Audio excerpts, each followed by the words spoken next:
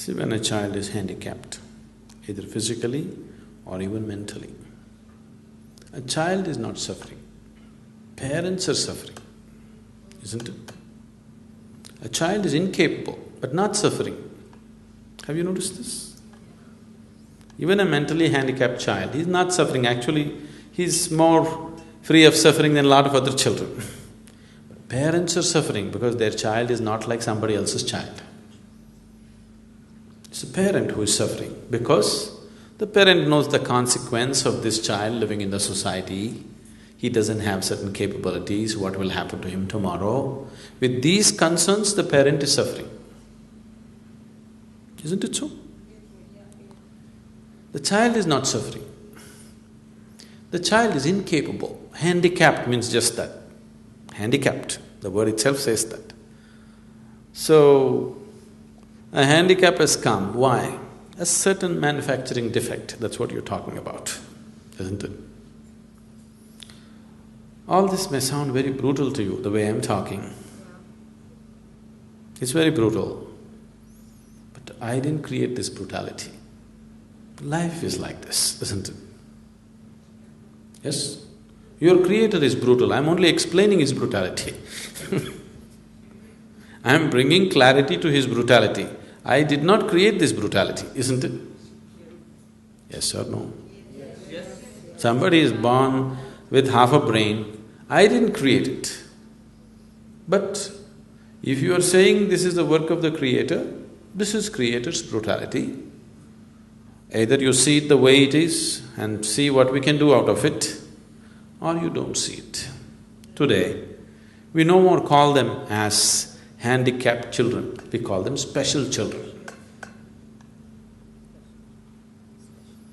They're special because they're not like other children, they're different. That's a good way to look at it. They're special children. It is just that because you're comparing the child to some other child, you're thinking it is handicapped.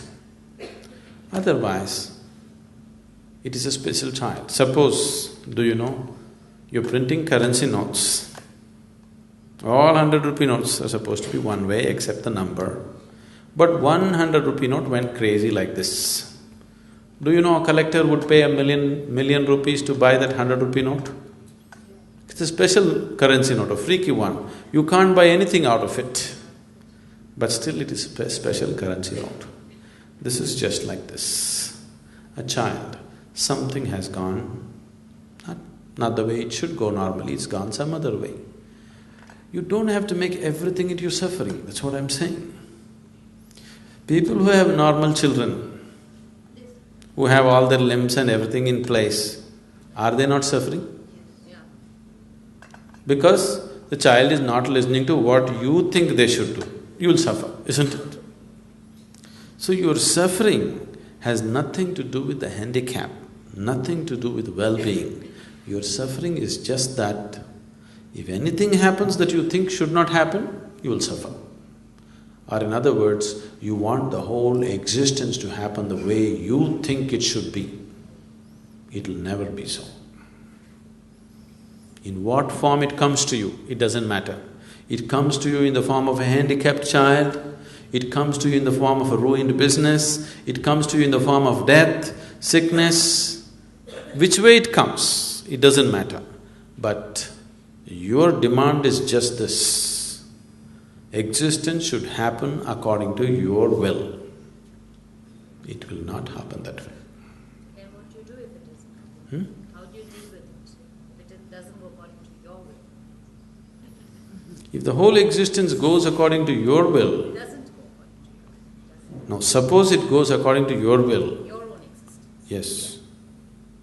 The whole existence goes according to your will, Seema. Where should I go? It should happen according to my will also, isn't it? So some things happen your way, something happen my way.